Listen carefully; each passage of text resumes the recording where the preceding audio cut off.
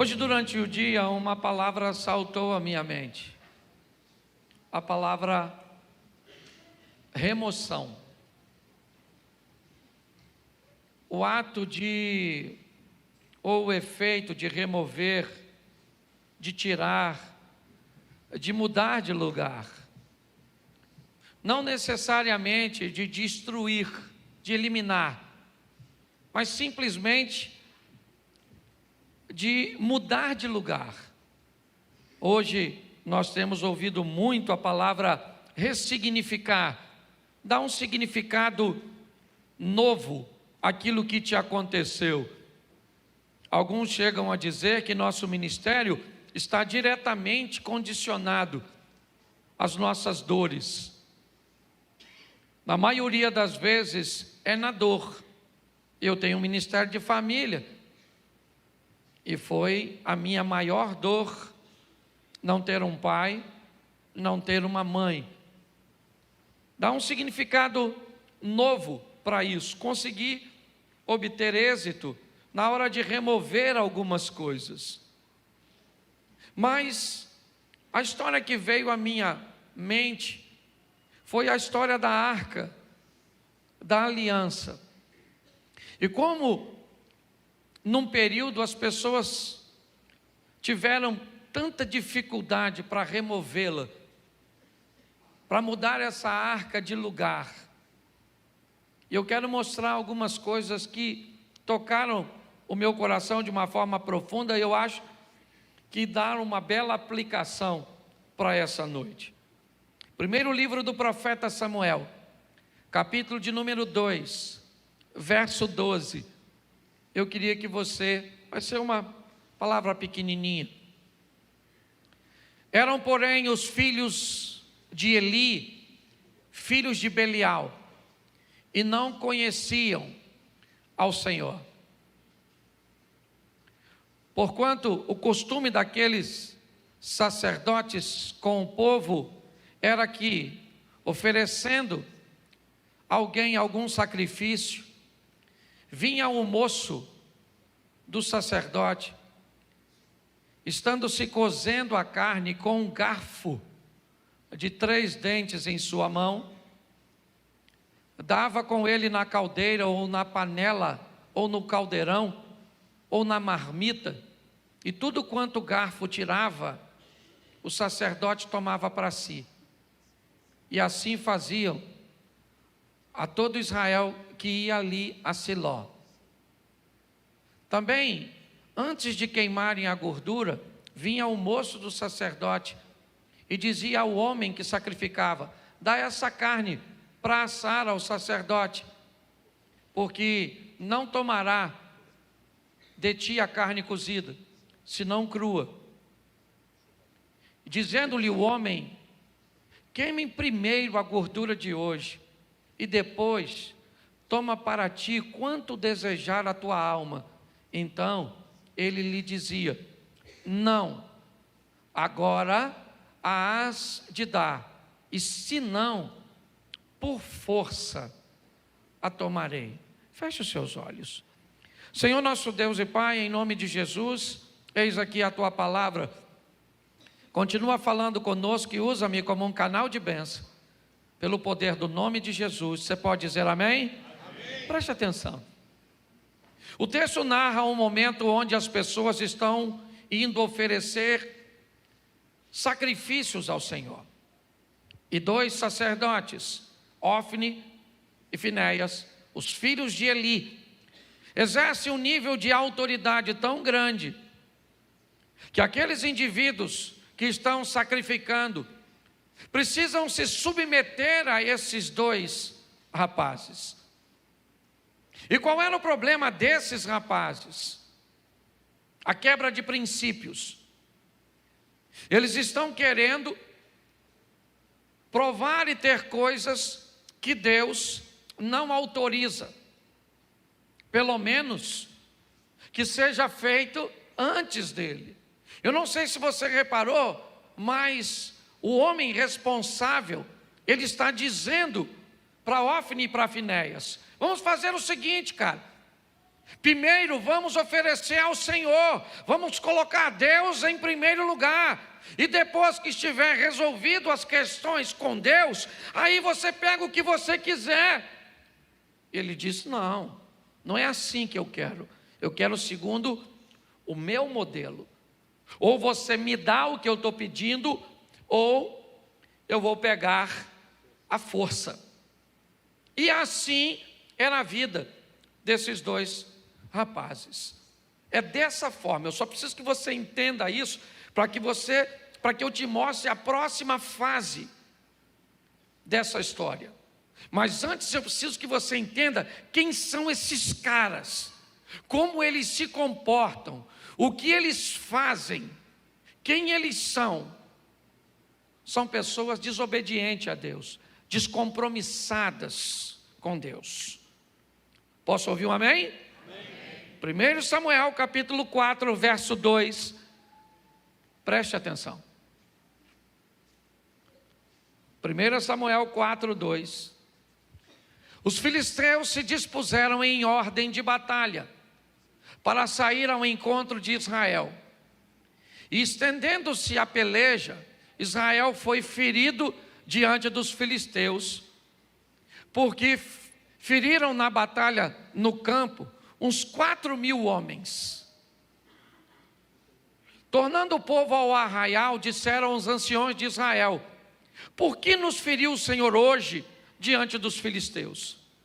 Tragamos de Siló a arca do concerto do Senhor, e venha no meio de nós, para que nos livre das mãos dos inimigos. Vamos lá.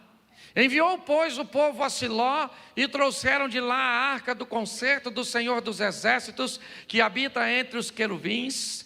E os dois filhos de Eli, Ofni e Finéias, estavam ali com a arca do concerto de... Presta atenção. E sucedeu que, vindo a arca do concerto do Senhor ao arraial, junto de Israel, todo o Israel jubilou com grande júbilo, até que a terra, verso seguinte, os filisteus, ouvindo a voz de júbilo, disseram: que voz de tão grande júbilo é esta no arraial dos hebreus?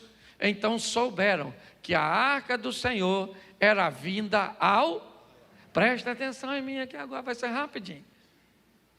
Eu acho isso o maior barato, porque presta atenção. A turma está lá na peleja lutando, quando de repente eles não conseguem êxito. Os filisteus estão prevalecendo, o povo de Deus está perdendo. E aí então eles têm uma ideia: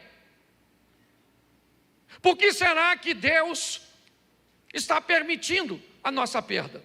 Vamos fazer o seguinte: vamos a Siló e vamos trazer lá de Siló a arca da aliança, que simbolizava a presença de Deus. Vamos trazer a arca da aliança para o meio da batalha, porque aí, com a arca da aliança, Deus vem e nos dá isso. Isso é o maior barato. Pastor, o que isso representa? Que tem gente que acha que pode usar coisas como um amuleto da sorte. Basta botar um crucifixo no peito que eu estou protegido. Vou botar uma Bíblia na frente do meu carro para ninguém me roubar. Você conhece alguém assim? Você conhece alguém que se comporta como se as coisas de Deus fossem meio que algum instrumento da sorte? Vou botar ali, certo? Porque se eu botar um louvor na minha casa, nossa. Tem gente que gosta dessas coisas. Eles pensavam igualzinho. Eles estão perdendo a batalha. Ele falou: traz o amuleto da sorte, a arca da aliança. Porque a hora que a arca chegar aqui, nós vamos ganhar, porque Deus chegou. Chegou onde? No objeto? Não, não é de hoje, que Deus nunca caminhou em coisas, e sim em pessoas. Se você acha que isso é algo só do Velho Testamento, Deus não habita em templo feito por mãos humanas, você está enganado. No Velho também. Os caras levaram a arquinha chegou, mas olha quem é que está trazendo. Quem é? Volta lá um pouquinho, só para ele ver os dois indivíduos que eu preciso mostrar. Volta um pouquinho onde está Ofni e Finéias. Você que está aí com a tradução. Presta atenção. Ó, os dois filhos de Eli, Ofni e estavam com uma mulher da sorte. Eram os dois caras. Eles estão trazendo a arca representa a Deus, sim ou não? Sim ou não? Mas quem é que está trazendo? Os dois não cegos. O Zé Ruela, do desobediente. Mas Deus não está ali, está na arca. Tanto está na arca, que quando o júbilo se estendeu, quando o povo viu, se alegou com a presença da arca, a Bíblia diz que a terra estremeu, e o povo falou, ganhamos. Só que deu ruim, mano. O negócio não deu para ganhar, não. Volta aí. Vai para o verso seguinte. Pelo que os filisteus, olha que maneiro, quando a arca chegou, os filisteus se atemoriram, porque diziam, Deus veio e diziam mais, o que os filisteus, presta atenção, filisteu, vamos tratar aqui os incrédulos, aquela turma que vivia na idolatria, o que os filisteus disseram? Ai de, que tal, eles nunca tinham visto aquilo, a terra estremecendo, era um negócio amedrontador, mas olha o que os filisteus disseram, ai de nós, quem nos livrará da mão desses grandiosos deuses? Esses são os deuses que feriram os egípcios com todas as pragas junto ao... Vamos embora. Esforçai-vos e sede homens, ó filisteus, para que porventura não venhais a servir aos, como eles serviram a vós. Sede, pois, homens e...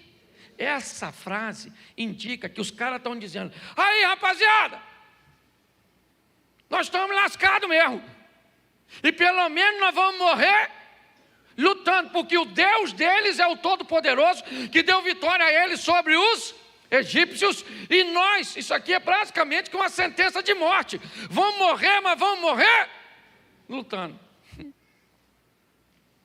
Eu acho isso tão interessante, ver o incrédulo acreditando mais em Deus que alguns crentes. Os caras estão dizendo, nós vamos morrer, mas nós vamos morrer lutando, porque o Deus desses caras o Deus desses caras é bom. E vamos embora para frente, vamos morrer. E eles vão lutar para morrer, eu gosto disso, ó. Então pelejaram os filisteus, e Israel foi, os caras não perderam. Os caras ganharam, e fugiram, cada um para a sua... E foi tão grande o estrago que caíram de Israel 30.000 homens de pé.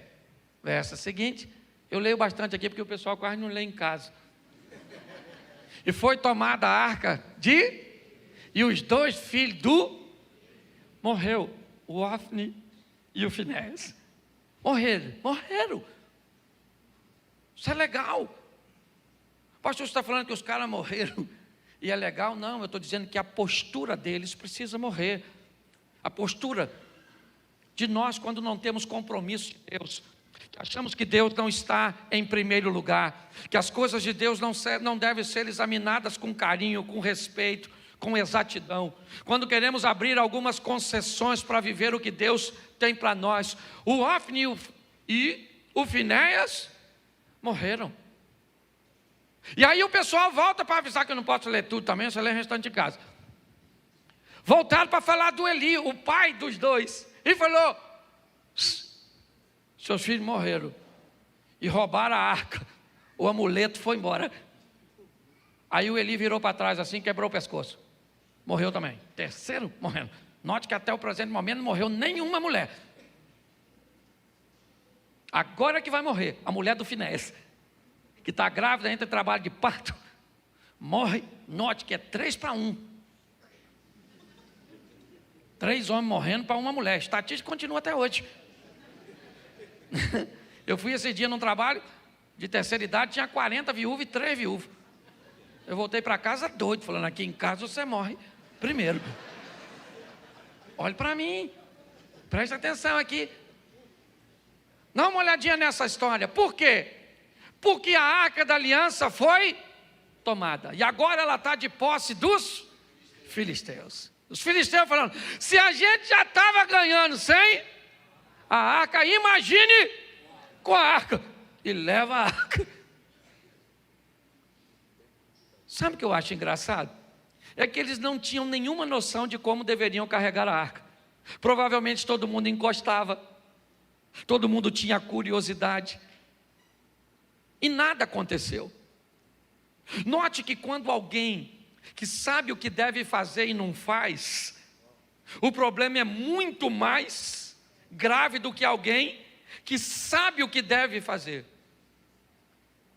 Ou aquele que não sabe, recebe uma recompensa muito mais branda.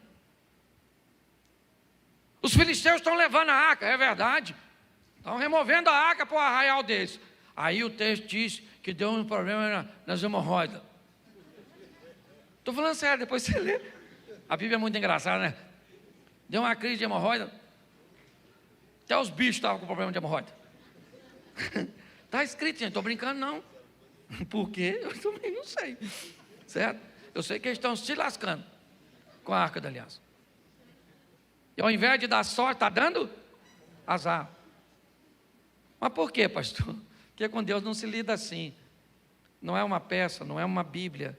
Não é uma coisa, é um coração. Deus não rejeita um coração contrito e quebrando. Isso. Os filisteus ficam doidos. Manda a arca para ali, manda para lá, manda para cá. Onde a tal da arca vai, a arca dá problema. Aí o texto diz, quero mostrar para você. E eu fiquei maravilhado olhando isso hoje. Deixa eu pegar aqui um texto. 1 Samuel capítulo 7, verso 2. E sucedeu que desde aquele dia a arca ficou em Quiriate-Jearim. E tantos dias se passaram que chegaram a 20 anos. E lamentava toda a casa de Israel após isso. A arca está lá. Quem está tomando conta da arca agora é Abinadab. E seus filhos Uzá e Aiô. Eles que estão tomando conta da arca não tem problema nenhum. Ninguém está morrendo, não tem problema. Não tem. A arca está lá. E não há nenhuma problemática. Porém, o capítulo 6 de 2 Samuel, 2 Samuel capítulo 3, ou capítulo 6, verso 1, coloca para mim. E tornou Davi a juntar todos os escolhidos de Israel, em número de 30.000. Levantou-se Davi e partiu com todo o povo, e tinha consigo Abalá de Judá, para levar dali para cima a arca de Deus, sobre a qual invoca o nome do Senhor dos Exércitos, que se assenta entre os querubins. E puseram a arca de Deus num carro novo, e a levaram da casa de Abinadab, que está em Geba. E Uzá e Aiô, filhos de Abinadab, guiavam o carro. Eu gosto dessa estrutura. Davi prepara um ambiente extraordinário para que a arca fosse removida. Ele tem um intuito, levar a arca para Jerusalém. Esse é o propósito. Sabia tudo aquilo que tinha acontecido, a morte dos sacerdotes, toda a situação desagradável, os problemas que deram para os filisteus, e em outros lugares por onde a arca passou. Mas agora Davi, ele quer levar a arca para Jerusalém, e ele procura fazer da melhor maneira possível. A minha pergunta é: será que não há um sacerdote? Será que não há ninguém que seja capaz de dizer, Davi, como é que se remove a arca? Como é que ela deveria ser conduzida? Como é que as coisas deveriam suceder? O texto diz que põe para mim, verso 4. E levando da casa de Abinadab, que está em Geba, a arca de Deus, Aiô, ia adiante da arca. Davi e toda a casa de Israel alegravam-se perante o Senhor com toda a sorte de instrumentos de madeira de faia, com harpas, com saltérios, com tamborins, com pandeiros e com símbolos. E chegando à eira de Nacon, Estendeu Uzá a mão à arca de Deus e segurou, porque os bois deixavam pender, ela ia cair. Então a ira do Senhor se acendeu contra Uzá e Deus o feriu ali por esta imprudência e morreu junto à arca de Deus. Eu não vi nenhum filisteu morrer porque mexeu na arca. Mas quando aquele que deveria saber como manuseava fez aquilo que não deveria fazer, ele morre. A alegria da festa dá lugar à tristeza e as pessoas começam a ficar preocupadas. O próprio Davi continua, que eu já vou terminar, coloca o texto seguinte: Davi se contristou porque o Senhor abriu uma rotura em Uzá, chamou aquele lugar de Pérez Uzá até o dia de hoje. Temeu Davi ao Senhor naquele dia e disse: como virá a minha arca do Senhor? Ele sabe que a arca já deu problema para quem? Para Ofni, para Finéias e para Eli. Já deu problema para filisteus e outros mais. Esteve na casa de Abinadab durante 20 anos e não fez nenhuma diferença. Davi agora quer levar a arca, a presença de Deus. É isso que nós precisamos entender. O que é que eu estou querendo? Eu estou querendo trazer quem para a minha vida? Você viu na palavra da oferta? A intencionalidade daquele que faz vale muito mais do que o feito. É por isso que Jesus olha para uma oferta pequena e diz que ela é grande, por causa da intenção. Quando Davi olha para isso, é lógico que ele fica com medo. Uzá acaba de morrer, ele disse: tem uma coisa que eu não quero fazer, é mexer com essa arca. Esse negócio anda matando todo mundo, eu estou com medo disso. Mas o mais interessante para mim é o verso seguinte: então não quis Davi retirar a arca do Senhor, e não quis Davi retirar para si a arca do Senhor para a cidade de Davi, mas Davi a fez levar à casa de Obed-edom, o geteu. Verso seguinte: e a arca do Senhor ficou em casa de Obed-edom, o geteu, quanto tempo? 3 meses. Quanto tempo? 3 meses. E abençoou o Senhor e toda a sua.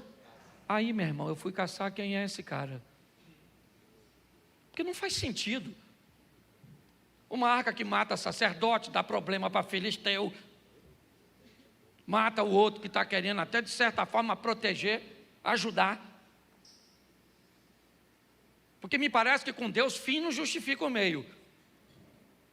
Sabe quem é Obed-edom? Ninguém. Eu procurei o cara, depois se você soubesse, você me avisa. Ele é um geteu, não fala nada dele. Ele não é profeta, ele não é sacerdote, ele não é ninguém. Ele não é ninguém famoso, ele não é ninguém relevante, ele não é ninguém poderoso, ele não é ninguém que tem um pedigree, alguma coisa que justifique que a casa desse cara prospere. Porque está todo mundo olhando para a casa dele, esperando que aconteça o quê? Morte. Está todo mundo olhando para a casa do Obed-edom. E quem ele é? Ele é um cara comum, que resolveu servir a Deus. Pare para pensar. Quando eu olho para a vida desse cara, em 3 meses, as pessoas estão olhando para Obed-edom e estão dizendo: meu irmão, tem alguma coisa acontecendo na vida desse indivíduo. E o que ele estava fazendo, gente? Sendo crente. Só isso. Era só isso. Era aquilo que todos deveriam estar fazendo, colocando a sua vida no altar, porque eu não vejo nada. Se você vê, por favor, depois me procure e diz: pastor, eu quero falar para o senhor, porque ele tinha assim algo que o fazia merecer. Eu não achei. Tinha alguns até que defendem que ele é de Gate, que ele é filisteu, esse cara. Mas quem ele é? Ele é alguém anônimo, como você. Porque aqui menos de 1% consegue subir para fazer alguma coisa. Mas colocar alguém aqui em cima com esse microfone na mão, cantando, tocando e pregando, não torna ninguém aqui em cima melhor ou mais importante do que quem está aí embaixo. A grande verdade é essa. Porque a única história que me vem à mente é que esse camarada, durante 3 meses, as pessoas viram nitidamente que a arca que matava os outros, entre aspas, fazia esse camarada prosperar. Verso seguinte. Então avisaram a Davi dizendo: abençoou a casa de Obed e tudo quanto? Por amor. Por amor.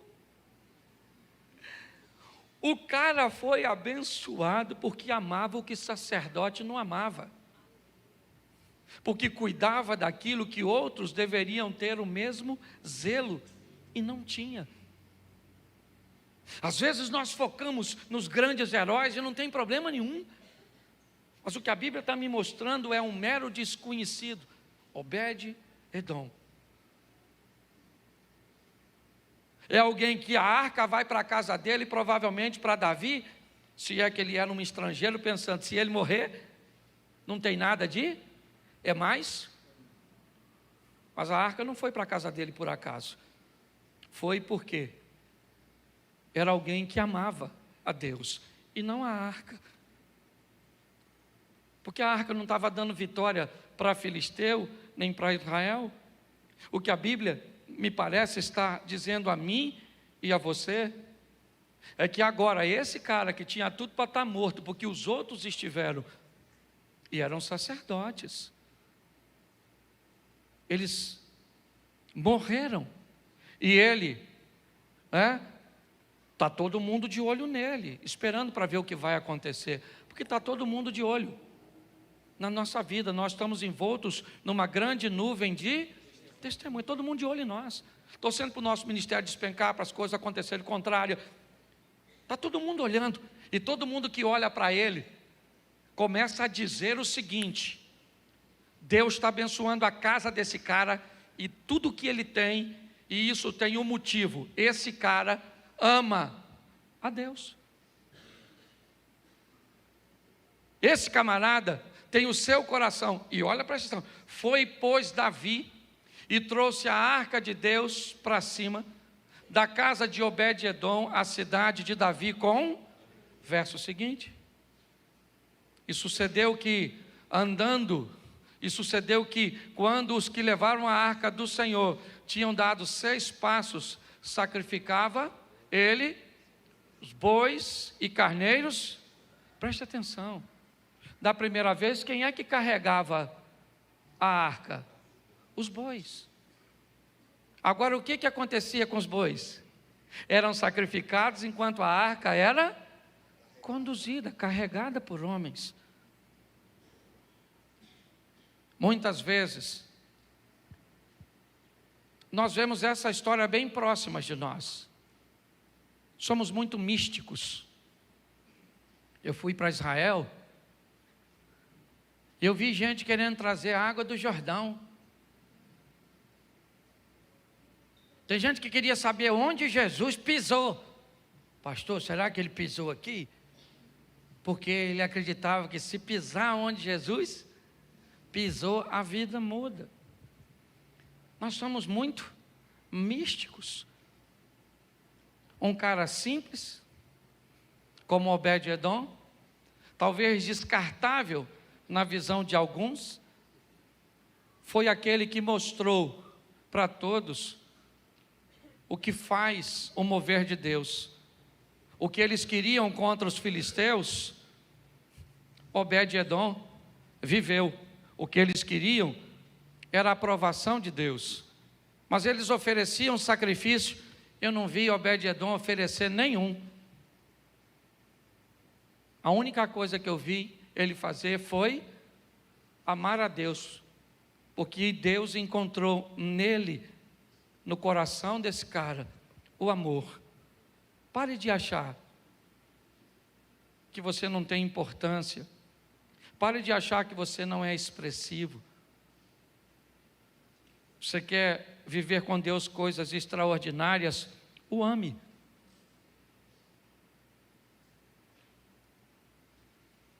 Cuide das coisas do Senhor, com amor, com carinho. Pastor, e qual é a coisa que Deus mais ama e que eu devo cuidar?